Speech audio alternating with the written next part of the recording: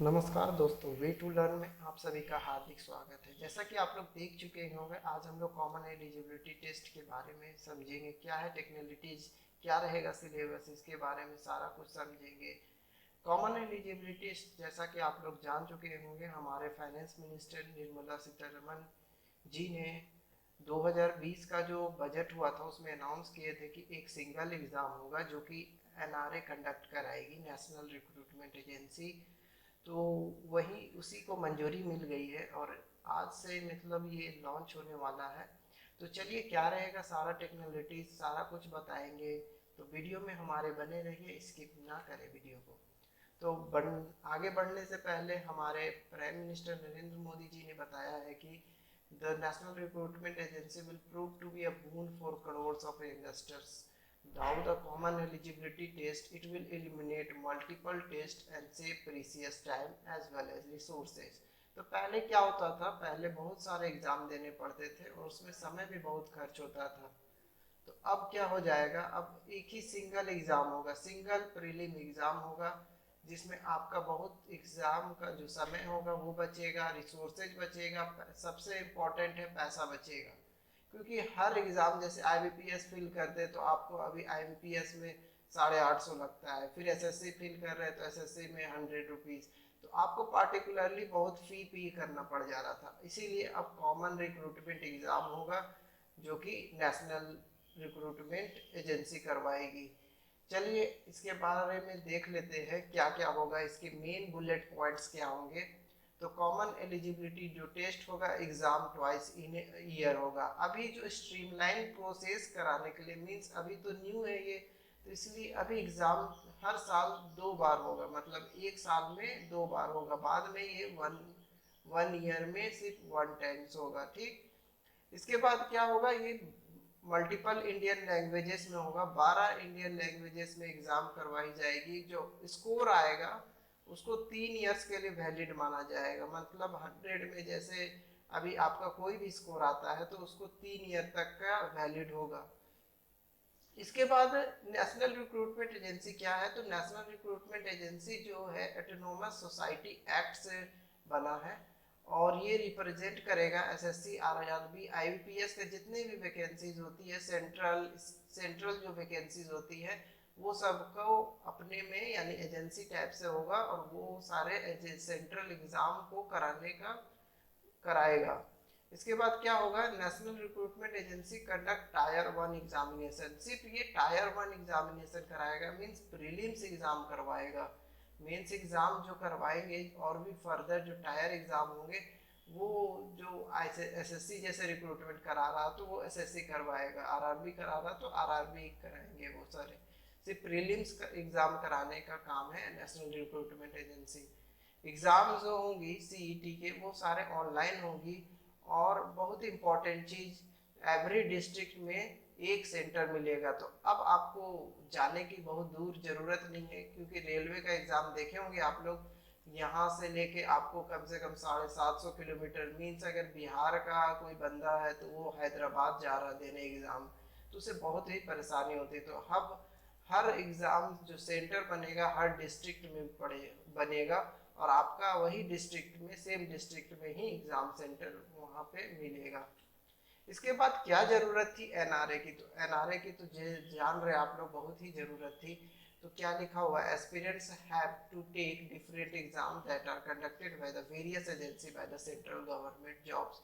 तो पहले क्या था, बहुत सारे डिफरेंट एग्जाम देने पड़ते थे आपको सेंट्रल गवर्नमेंट जॉब से, जैसे एसएससी का हो गया, आईबीपीएस का हो गया, आरआरबी का हो गया, आपको डिफरेंट डिफरेंट सारे के लिए एग्जाम देते हैं, आईबी हो गया, ये सारे आपको एग्जाम देने पड़ते थे।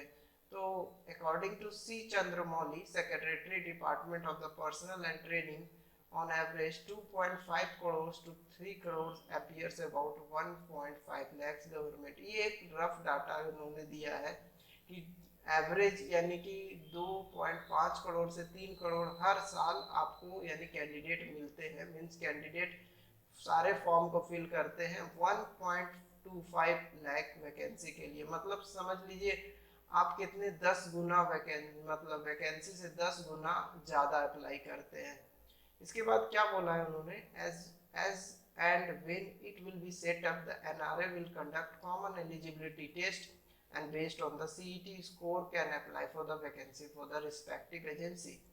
जैसा कि मैंने आपको बताया सीईटी जो एग्ज़ाम होगा वो प्रीलिम्स का होगा, इसके बाद जो स्कोर आएगा वो रिक्रूटमेंट जो करा रही है कंपनी या रिक्रूटमेंट जो ले रही है, जैसे आरआरबी ले रही है, वो उस बेसिस पे सेकंड आप एग्ज़ाम करवा सकते हैं। मीन्स जैसा स्कोर आएगा उसी हिसाब से आप सेकंड एग्ज़ाम करवा सकते हैं।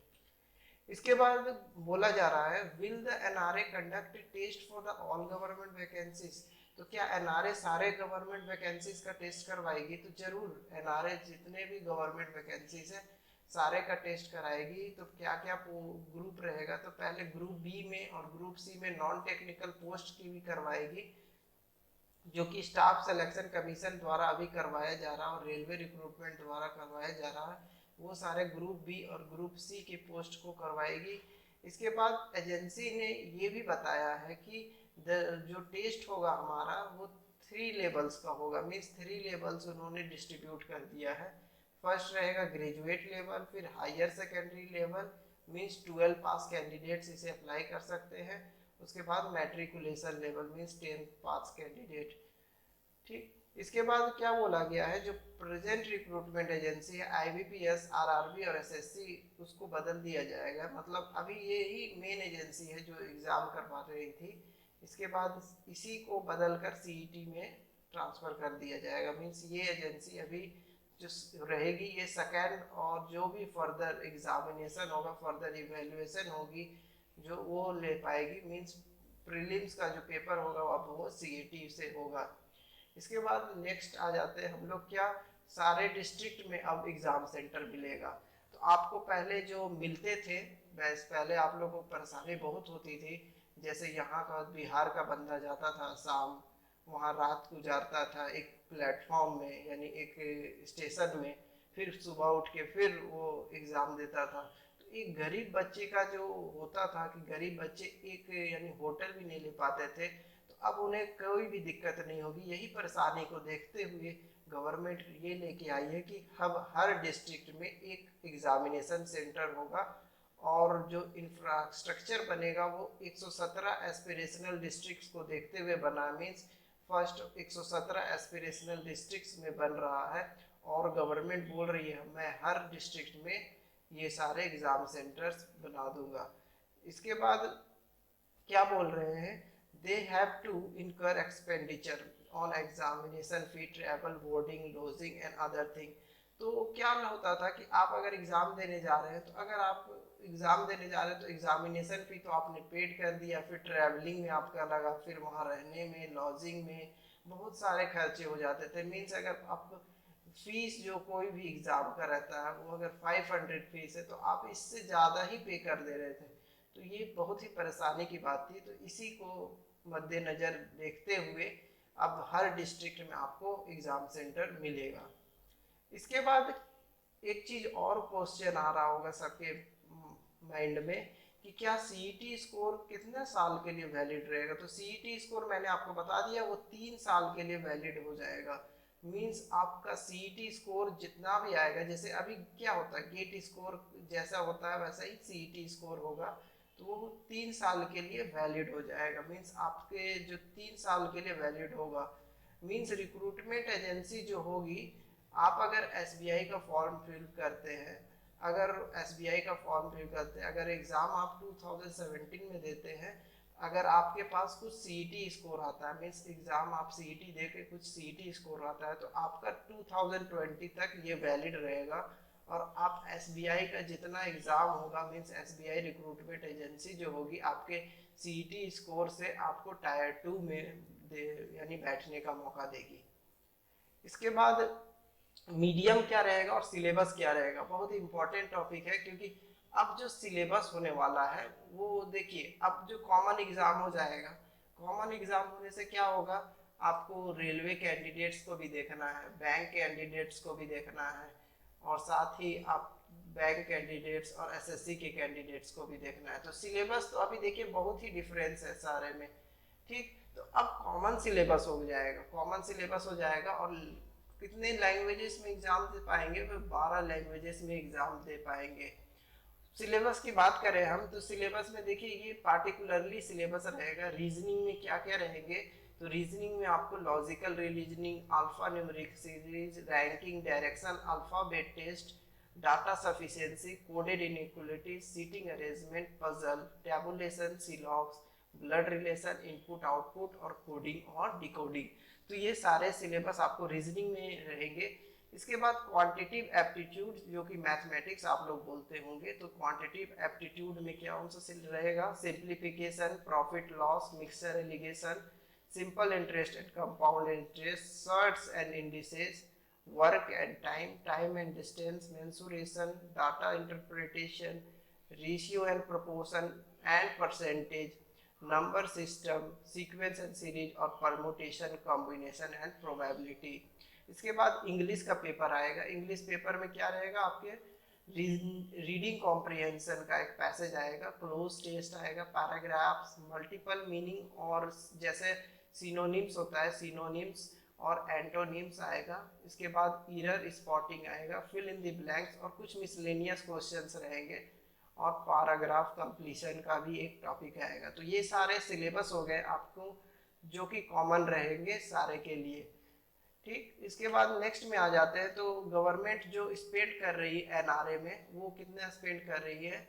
यानी 1517.57 करोड़ स्पेंड कर रही है for the period of 3 years. मतलब 3 साल के लिए यूनियन कैबिनेट ने अप्रूव कर दिया है ये अमाउंट इस एनआरए को बनाने के लिए। और सारे एस्पिरेशनल डिस्ट्रिक्ट में सेंटर बने, इसलिए वो 1517 रुपया और 57 यानी कि करोड़ रुपीस इन्वेस्ट करेगी। इसके बाद मैंने आपको सारा बता दिया ये क्या क्या है एनआरए का। ये आपको पीडीएफ में डिस्क्रिप्शन में दे दूंगा। ये है जैसे कि बता दिए जॉब सीकर्स के लिए standard curriculum and degree of difficulty to be conducted. पहले क्या होता था? मल्टीपल लैंग्वेजेस नहीं होता था तो बहुत प्रॉब्लम होती थी, तो मल्टीपल लैंग्वेजेस हो जाएगा। इसके बाद क्या हो गया? सीईटी स्कोर से टायर 2 और टायर 3 एग्जामिनेशन अपना रिस्पेक्टिव रिक्रूटमेंट करा सकती है। सीईटी वैलिड रहेगा 3 साल के लिए। No restriction on the number of attempts subject to upper age limit. Means upper age limit कुछ होगा लेकिन अटेम्प्ट्स का कोई लिमिट नहीं रहेगा। मतलब आप साल में 2 बार दीजिए, ठीक, उसके बाद अगले साल भी 2 बार दीजिए, तो लिमिट्स का अटेम्प्ट नहीं रहेगा, बट आपका एज का अटेम्प्ट, एज का लिमिट हो जाएगा। मतलब आपको कोई फाइनलाइज मींस एक अपर मैक्सिमम एज लिमिट जैसा 30 इयर्स होता है वैसा कुछ एज का लिमिट हो जाएगा। इसके बाद रिलैक्सेशन भी दिया जाएगा एससी, एसटी और ओबीसी और पीडब्ल्यूडी कैंडिडेट्स को। इसके बाद जो ये एनआरए कराएगी ये ट्रांसपेरेंट रहेगी, मींस पूरी पारदर्शी तरीके से ये एग्जाम कराएगी। उसमें क्या रहेगा? सीईटी 2 साल यानी कि पहले जो होगा वो CET 2 twice a year means साल में 2 बार होगा, उसके बाद 1 बार हो जाएगा। रजिस्ट्रेशन जो होगा सारा कुछ ऑनलाइन पर रहेगा। Registration, display of marks, merit list सारा आपको ऑनलाइन में रहेगा, सारा ऑनलाइन प्रोसेस रहेगा। Bulk of candidates will be screen out during CET. बहुत सारे, जैसे मैंने आपको बताया 1.25 लाख पोस्ट के लिए कितने अप्लाई करते हैं? 10 गुना, मीन्स 1 करोड़ के अप्रोक्स। तो ये क्या होगा? जितने भी बल्क ऑफ कैंडिडेट्स रहेगी, जितने ज़्यादा कैंडिडेट्स रहेंगे वो क्या हो जाएंगे? स्क्रीन आउट, मतलब फर्स्ट में से आउट हो जाएंगे, फर्स्ट से। इसके बाद मीडियम आपको बता दिया, मीडियम तो 12 लैंग्वेजेस में रहेगा और मल्टीपल चॉइस क्वेश्चंस रहेंगे। ठीक, number of candidates appear in this will be reduced to nearly 5% of the total number of candidates। तो 5% जो माना जा रहा है वो कम हो जाएगा कैंडिडेट्स कोई भी स्पेशलाइज्ड एग्जाम के लिए। इसके बाद क्या होगा? गुड गवर्नेंस थ्रू ट्रांसपेरेंसी, पारदर्शिता से अच्छा आपको गवर्नेंस मिलेगा। तो क्या हो? Reduce time in selection process. पहले क्या होता था? कोई भी सिलेक्शन प्रोसेस होता था तो 2008 में इसका रिक्रूटमेंट आया है, तो देखते होंगे 2020 में कंप्लीट हो रहा, मींस आपके 2 साल इसी में बर्बाद हो गए। 2 साल इसी में आपका स्पेंड हो गया एक रिक्रूटमेंट एग्जाम को पास करने में। तो इससे क्या होगा? रिड्यूस टाइम मींस आपको सिलेक्शन मिलेगा यानी कि जल्द से जल्द। इसके बाद जो होगा CET will be conducted over 1000 centres. ठीक। तो 1000 से सेंटर से ज़्यादा में कंडक्ट की जाएगी और 117 एस्पिरेशनल डिस्ट्रिक्ट्स बनाई जाएगी। Better access to the rural unprivileged candidates and womens, तो जो भी गांव के बच्चे होते हैं उनको भी मौका मिलेगा, उनको भी रूरल गांव दूर दराज के अनप्रिविलेज्ड मीन्स जिसको कंप्यूटर का भी नॉलेज नहीं रहता है, तो पहले उनको ट्रेनिंग ये सारे कुछ प्रोवाइड की जाएगी, उसके बाद ही उसको एग्ज़ाम दिलवाया जाएगा। तो ये सारे ऑप्शंस मिलेंगे आपको। तो ये था सारा सीईटी का प्रोसेस। कैसा लगा आपको हमारा सेशन? जरूर लाइक और शेयर और सब्सक्राइब हमारे चैनल को कीजिएगा। Thank you, have a nice day.